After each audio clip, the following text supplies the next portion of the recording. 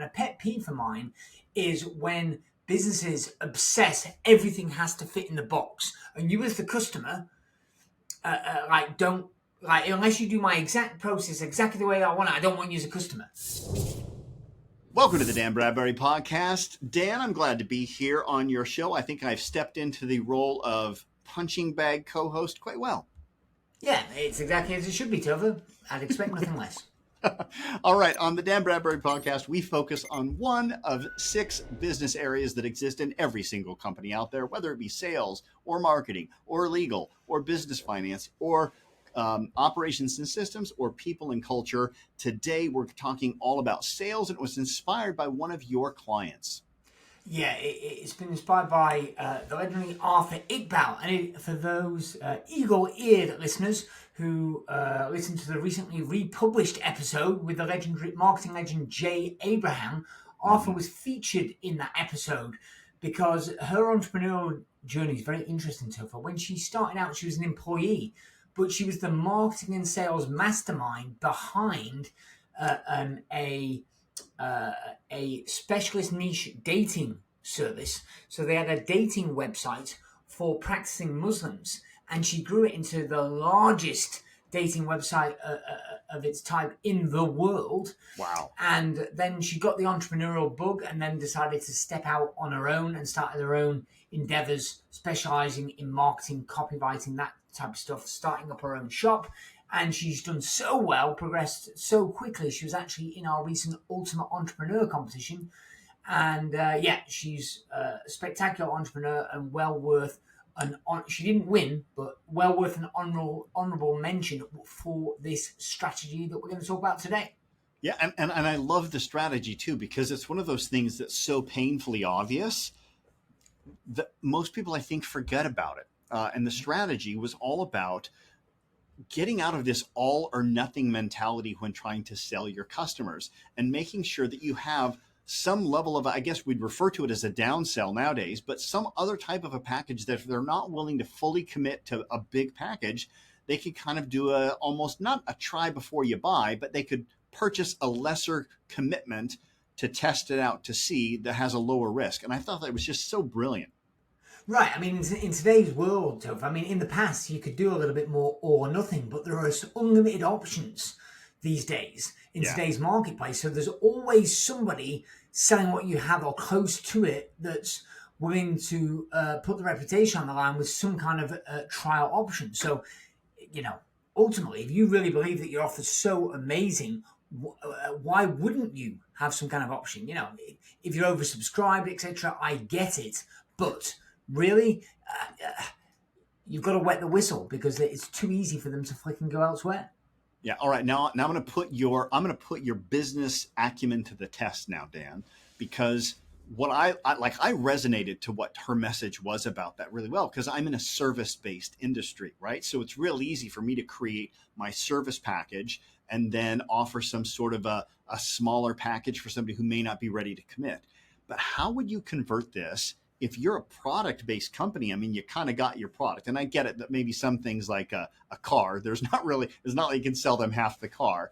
But how could you do this with other types of products to where they would be able to come up with a different option that maybe is not the full meal deal, if you will, but it's something that's halfway in between? Well, look, and again, I'm reminded of the J. Abraham episode. You've got to think flexibly, and it'll probably come from outside your industry. So let's take the example that you gave me first. Tova, about cars. Oh, you can't sell them half a car. Well, first of all, as a side note, that's not true. I've got a friend right now who's going to do a part purchase, part rent on a home. So partial ownership with the option to buy the rest of the house later. So there's car dealerships that will give you longer test drive periods. Right, okay. So test drive for a weekend, longer periods, etc., because they know that they're going to upsell you. Or, for example, when you take your, I've got a friend with an Aston Martin, and when I forget the model, so I won't aggravate the Aston Martin fans, but he took a relatively base model in for its annual service, and they gave him a model a couple of notches up. Right, for the rental while the car was in the shop. And of course it's because they knew that he was the finance was coming to an end. So it was a chance to kind of to tease him in, to try him out on the more premium option. So I do think there's flexibility. But here's a pet peeve, Topher. Okay. We're recording this on Friday. Of me? Well, I can make it about you, but here's a pet peeve. As a reformed, system obsessed guy, I used to think that everything had to be systemized. And I think there's tremendous value in systems, but you can take it too far. And a pet peeve for mine is when businesses obsess everything has to fit in the box, and you as the customer, unless you do my exact process exactly the way I want it, I don't want you as a customer. Frankly, it pisses me off, because you kind of go, if you think so, for whenever you've had truly exceptional service, it's because somebody has really taken care of you as the customer. Now, that doesn't mean it wasn't inside of a system, right? But it didn't feel that way. It didn't feel like you were a piece of meat being moved along, the assembly line, he says, mixing metaphors. So I think it's important to think strategically and get a little bit more creative at how can you create a downsell. Right, so by all means, I'm in favor, depending on your business model and type, position for the offer. But I mean, let's take us as an example. Mm-hmm. So I believe that if you want a better business, you need to be a better business owner. And ultimately, nobody's born as a magnificent business owner. It takes time, it takes effort, it takes training. And you need to be a lifelong learner. So our annual programs are just that. It's a minimum of a 12-month commitment. Right, but because it takes time to make strategic shifts. You can get low-hanging fruit, but you want the strategic shifts, and that can take time certainly to see the impact on the P&L. Right, it can take a few months sometimes for it to come through, and sometimes people go, well, hold on, 60 grand or 24 grand or 14 grand, like that can be a significant investment if they don't know you, like you, or trust you. Right. Yeah. So how do we mitigate that? We let people try by coming to a meeting. Okay. But they have to pay. It's a downside. Yeah, they have to pay. I mean, I think sometimes trial becomes synonymous with free, and it doesn't have to be that way. It's how can you lower the risk? How can you lower the risk and give them a chance to feel more confident, a greater certainty of success? So, people just go, no, I know my value. Okay, nobody's saying undermine your value. Position it appropriately. Go back and listen to the episode of Jay. He gives a lot of really good examples. But how can you tweak the offer to de-risk it without undermining yourself, but to de-risk it so people can come along and go, holy crap. Because my experience for this service, Topher, is that people get happier after they bought. Some services, it's smoke and mirrors, marketing. People get excited, and then the delivery is underwhelming. Whereas with a lot of services, especially, Topher, so yours, mine, etc., a lot of people listening to this podcast right now, it's intangible. It's kind of harder to quantify. I don't know exactly what your ROI is going to be until I've dug inside your business and I've found the nuggets. And I see the opportunity, and the number of times when it's like you have a call and it's like, yeah, there's some value. And then all of a sudden I hit on it. And that one thing, I remember it yesterday, well, there was one today actually as well, that one thing is worth tens of thousands of pounds to somebody over the next 12 months, right? Yeah. But it's hard sometimes to articulate that cleanly. So how do you get around that? Because you've got that promise. How do you de-risk it? And so whether it be a free trial, whether it be a paid trial, whether it be a partial sale, whether it be a money-back guarantee, there's a variety of options, but most businesses don't even consider it. Yeah. And you know what? The interesting thing is when you start looking at it just from a numbers basis only, right? Let's just look at some general, I get this is not accurate with everyone, but some averages. You can usually sell 1 out of 10 people, right? So assuming you have a 10% close ratio, right? If all of a sudden, and you're using this all or nothing mentality, and you sell 1 out of 10, what is a conservative estimate that if you had some sort of a downsell, some sort of a halfway point, a trial option, could you get, I don't know, out of that 9, could you get maybe 30% of them to agree to a smaller amount? Now let's look at that math. If you get 3 people out of the 9 to buy a partial product, all of a sudden you've got an additional sale. Your sales essentially from a financial perspective kind of went from being 10% to 20%, like that. Right. By not Well, having there's a lot of data. I mean, there's 2 points here, Topher. There's a lot of data that backs this up. Right, Mhm. you know, our friends over at Keep, and look back at the episodes with Scott Martineau or Kate Mass, two of the co-founders of as was known Infusionsoft, now known as Keep. Yes. There's loads of market research that backs up you can treble your sales with more consistent follow-up. Okay, well, more consistent follow-up will get more of those leads to buy, but if you actually get really granular, why does it get them to buy? Sometimes it's just reminding, but some of that is normally because the marketer, the company that's doing the marketing and the selling, will change or reposition the offer better payment plans, offer slightly different terms, which appeals to people. And that's where, you know, down sales as a category falls inside of that. And the second point, Topher, which is overlooked, the first sale is normally the least profitable. It's the most expensive because you've had the marketing, you've had the lead gen and the customer acquisition cost.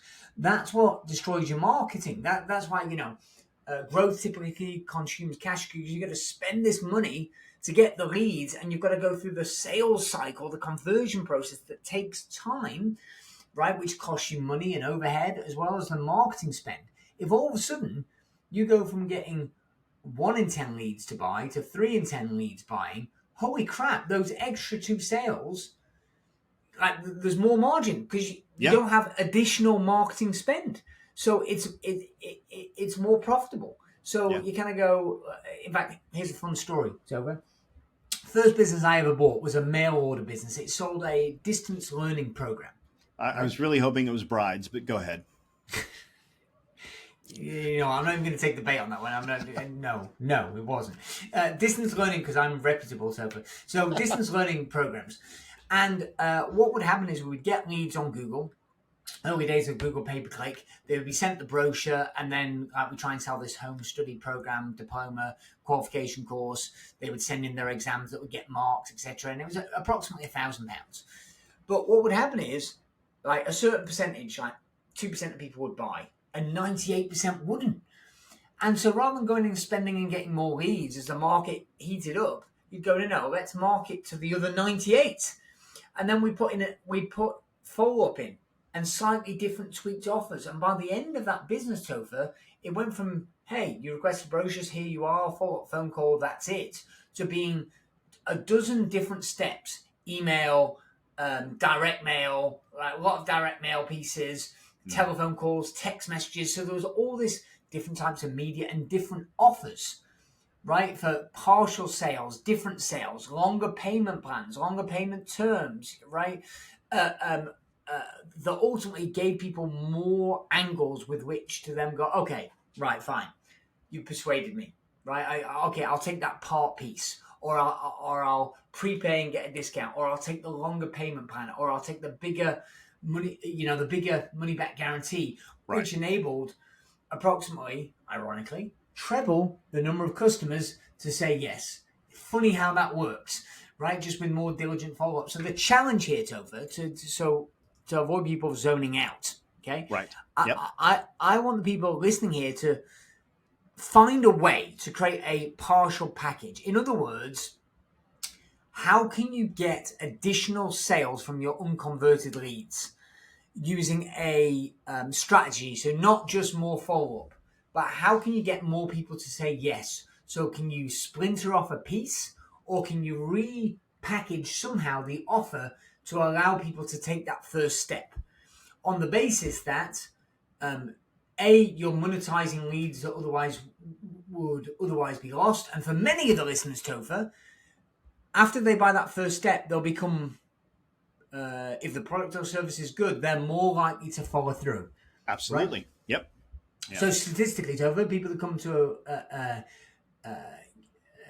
because I want people in the annual programs. So why do we do the workshops at all? Because there's proof that they're in the annual program. It works. It compounds over time. Mm-hmm. And so the reason why I let people have a trial is because it's needed to get some people over the hump to make the decision.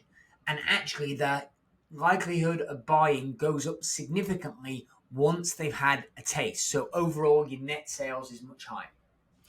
By the way, in the spirit of, I forget who said it, always be closing. Maybe it's the Wolf of Wall Street guy. I don't know. We'd probably be remiss if we didn't actually invite people that are listening or watching this podcast that if they would like to take a test drive and find out about your CEO Mastermind, we have one coming up September 18th and 19th, if I'm not mistaken. Is that right? Yep. September 18th and 19th, which is a Monday and a Tuesday coming up, where they could come out and experience meeting together with some other fast-growing CEOs, fast-growing businesses with their CEOs.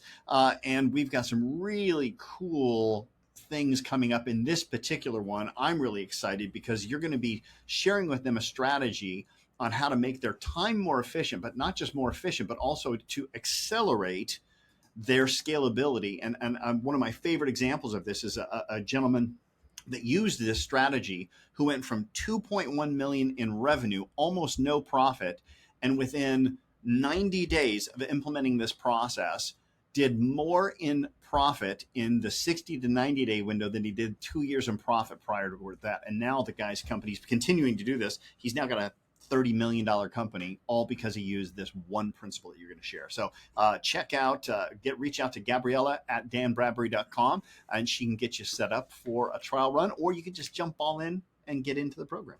Yeah, I mean, look, we'll put the link in the show notes. I think it's danbradbury.com/ME, which stands for Mastermind Experience.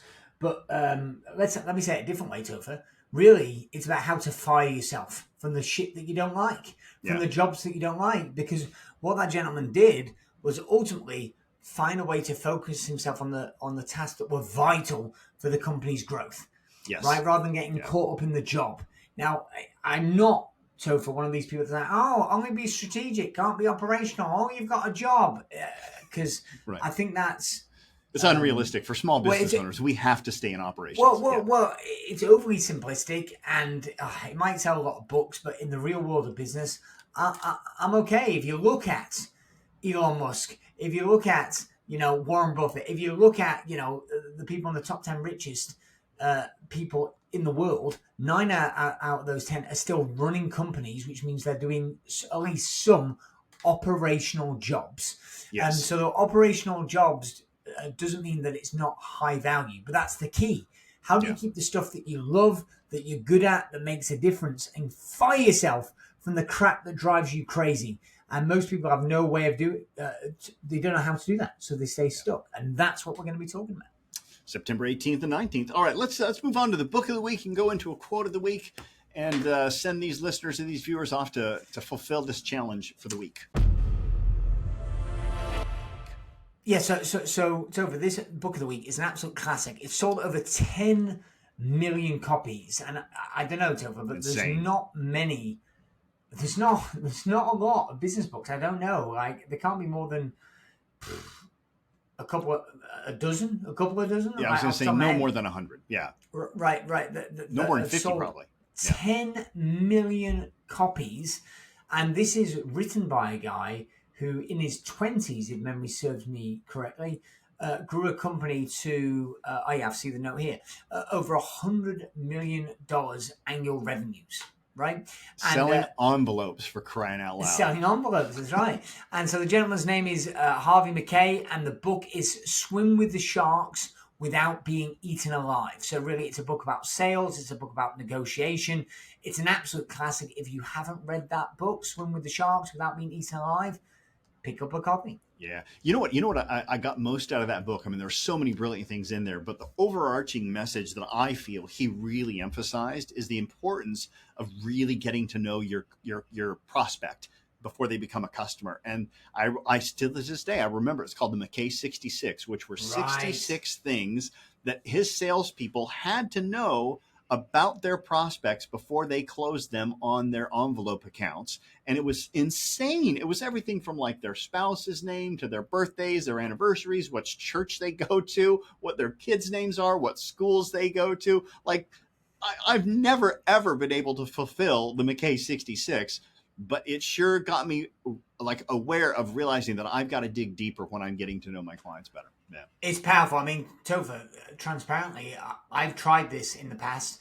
I think we typically track about somewhere between 20 and 30 data points. Yeah. And I would say we kick the ass of virtually any other business of our type in the data that we get and what we know, what we understand, and that makes our conversion rate epic. And it'll do the same for you listening right now. But yes, I don't know, these stretching and setting a high bar just to kind of, most people won't go all the way, but I guess most people do nothing. If you've got more information, you can radically improve your closing percentage. Indeed. And speaking of that, and the inspiration is Harvey is also our quote of the week. Oh, yeah, thank you. Sorry, I got off track there. So, yeah, the quote of the week this week is, you don't need a big close, which is what many sales reps believe. You risk losing your customer when you save all the good stuff for the end. Keep the customer actively involved throughout your presentation and watch your results improve. So, well said, Mr. McKay. Well said. All right, my friend, let's wrap it up and let's get on to getting on with the challenge of the week in reality. Okay, as always, if you want a better business, you need to be a better business owner. So get out there, figure out some downsells, some cross-sell options, and increase your closing rate. Well said, my friend. I hope you enjoyed that episode. 3 things you need to do now. Number 1, make sure you subscribe to this podcast so you do not miss an episode. Also, get on over to Amazon to get a copy of my latest book, Turnover is Vanity, Profit is Sanity, 9.5 Steps to Improving Your Profits and Cash Flow. Also, join our Facebook group, the Turnover is Vanity, Profit is Sanity community, to connect with other business owners.